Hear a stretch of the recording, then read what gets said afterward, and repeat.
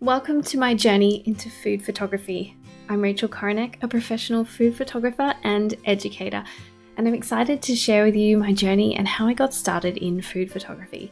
Now, I always think it's so interesting to hear how people end up where they do, and I wanted to tell you the story of how one random encounter led me to where I am today. Now, it's actually a little bit of a love story, but it's not what you think. So this is me in the Badlands in the USA, looking all tanned and outdoorsy. And back in 2009, I traveled the world solo for 18 months. Now, prior to this, so in 2008, I was finishing my first university degree in business and I was working for a small private accounting firm. And I was miserable. I was in my early 20s, sitting behind a desk just wasn't how I wanted to spend these years of my life. So I banked a year's worth of paychecks, which you can do when you live at home, and departed on a solo trip around the world. Now, I was a rock climbing instructor in a summer camp in the US for 2 summers, and I traveled Europe and Scandinavia in between. Then in 2010, so towards the end of my time overseas, I went on one final road trip across the northern part of the USA. Now, that's me in the green bandana, and I found myself in Glacier National Park in Montana, hiking up to a glacier, of course. And this is where I met Matt Korinek.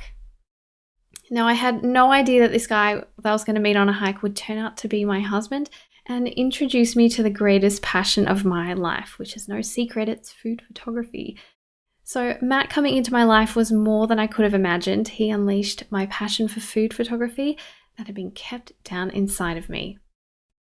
So Matt had been shooting by 5 years at this point, and I loved watching him take photographs. I would love spending weekends being with him taking photos. Then I'd watch the magic of him edit, and it was just so fascinating to me. But eventually I got bored of that and wanted to capture something for myself. And that's when a passion was discovered. Now, we all start somewhere. And I started 3 blogs, as you do when you start blogging, and I was blogging about all of my hobbies that brought me joy. I soon found that I was drawn to taking photos of food the most. Now, this is one of the very first images I took with my point and shoot camera. So I styled, cooked, and photographed this. And it was priceless for me. Now, this is not a good image and there are a lot of things wrong with it, but for me, I will always feel that connection to the sense of achievement I had and that burning passion to create. Now, there's nothing special about me as a photographer. I started from the same place that we all do. I didn't even know food photography was a thing, and Instagram wasn't even popular yet. Matt was now in Australia with me, and we went traveling around the southern east coast in a camper van named Cliff. So this is our camper van Cliff here, and it was our home for 8 weeks. Now, on our journey, it led us to Tasmania, and I discovered in this little bookshop this crazy thing called food photography. And that was a book called Plate to Pixel by Helen Desjardins. And it was this book that let me know that there was this thing called food photography. And it really intrigued me. It was like a calling, and I couldn't wait to get back home and learn all about food photography. Now, these little gems are some of the first images I captured when I got back from the trip. And how good do those stacked kiwis look, right? This image still makes me smile and takes me back to those days of naive creative discovery. And my love affair was born. So I would never have thought that those mountains in Montana would lead me to 2 of the greatest loves in my life. And that's my husband, Matt, and food photography. So these are the images that I started to create back in 2011 with my first Nikon camera, which is a secondhand D300 and a loaned 24-70mm lens. I was creating all the time in between work and study. I just remember the pure joy of learning, creating, and I was always so proud of myself. Fast forward 2 years later into 2013, and I started to understand the technical aspects of photography, lighting, and editing, as well as the uber hard process of creating and styling something from nothing that comes with still life photography. Now, in 2013, I received an email about hiring me to shoot 8 recipes, and it was my first job, and it just landed in my lap. Now, someone had Google searched peppers and found one of my images. They liked my work that I was putting out on the blog so much that they hired me. Now, this was my first paid commission for shooting food, And the craziest thing is that still to this date, it's my second highest paid commission of my photography career, and it was my first. So it's fair to say that I was slightly terrified, but I did it anyway. And I figured the worst that could happen is that they didn't pay me and I was no worse off.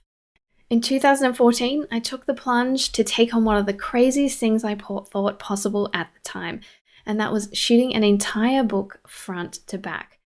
So I shot a friend's recipe book, and it was 55 recipes in 5 weeks, and we only had a budget of $500, which when you're shooting paleo, $500 does not even cover the almond meal that you need. So it really thrust me out of my comfort zone. And I know now that 55 shots in 5 weeks is probably a dream, but when you're just starting out, that's a really hard gig. So our budget only covered food, and we had to pull together props and backgrounds that we could make or find, but we were really excited and challenged by this project. Now, the thing about shooting that book was that it forced me to shoot a lot, and I failed a lot. And by the end of it, I knew that I had an entire portfolio of images I could use to get more clients. So I was shooting a lot, I was testing with lighting, styling, moods, and this really helped me to define my style and know what I loved. So having done so many things that I felt were terrifying to me on this journey thus far, I just kept saying yes to things. I started to understand that I was actually in charge of making my own luck. I took on jobs that I felt were well beyond my skills. I reached out to famous photographers and asked them to shoot with me, and sometimes they even said yes. I realized that I was the one that was in control of my journey and to take those opportunities that were out there. So in 2015, I had a clear style that was evolving and Instagram was just really taking off. Then I shot an entire e-commerce range for a local butcher, and it was one of my most successful shoots that I've worked on. So 3 years later, I still get inquiries from all around the world about these images, and I never thought that raw meat could look so good. But it's those creative constraints like this that have really continued to push me over and over again. So by 2016, so nearly 5 years later, I had my groove. I started to shoot full time. I was writing for big name online publications. I was teaching on my blog, To Love Studio, and still creating personal projects. I've been working for magazines all over the world, and I was very busy and taking on every job that came my way. Now, the funny thing is though I was busy, the work was actually low paid. So I was working myself into the ground by hustling endlessly, and I ended up with burnout. So from the outside, it looked like I was really successful, but I was utterly miserable. So I took some time off to reset and think about what I wanted to do. Now enter 2017, and in the journey to becoming a professional, there's this idea that you've made it if you're busy with clients or you're getting paid the big dollars. But I realized that solely taking photos for others isn't the be-all and end-all. Creating for yourself is what I was really missing. So I decided that in 2017, it was going to be the year of me. So I simplified my life, I stopped spending unnecessarily so that I could only take on the projects that I wanted to. This was going to be the year that I worked on my stuff and the work that was dying to be told. So I started to work on the images that I really wanted to. I was teaming up with my favorite Melbourne food stylist, Carmel Goa, to create these magical images. I started my own podcast. I organized and filled out 2 international workshops and released my first e-masterclass, which now has hundreds of students in it. And I quickly ticked off my next goal, which was to speak at a conference, as I was invited in 2017 to speak at an international event. Now, the funny thing is that saying no and working on what you really want to had more momentum in getting me where I wanted to be than just taking every single job that came my way. Now, my biggest and most proudest achievement from my career so far is the ones that I made happen. So the ones that I was terrified of doing but did them anyway. The ones that I didn't sit back and wait for someone else to hand to me. And those are ones where I made my own luck.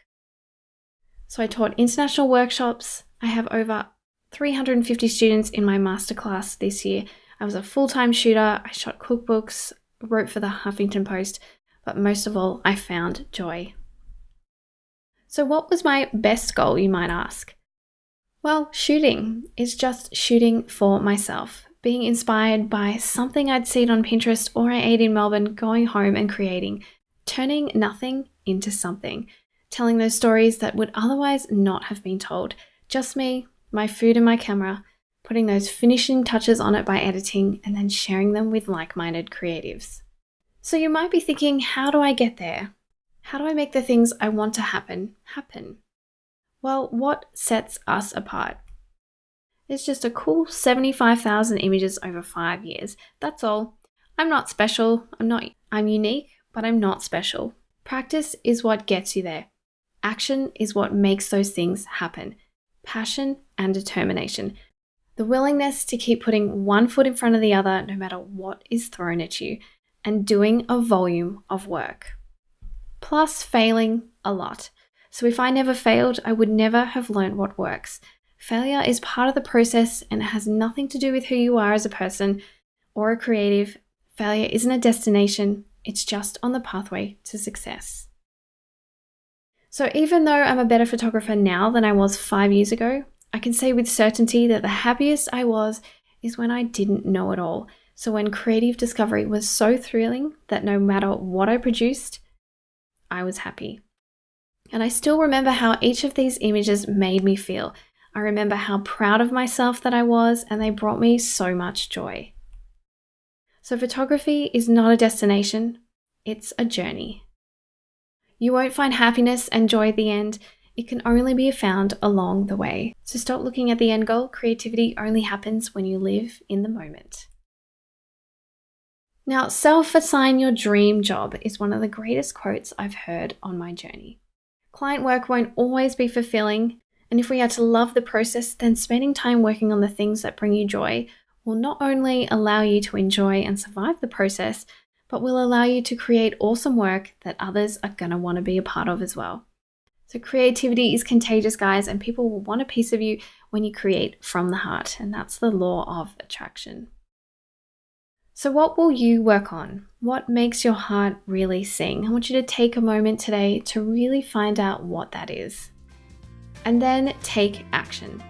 So everything you do will lead to something else, which will lead to another path and on to success.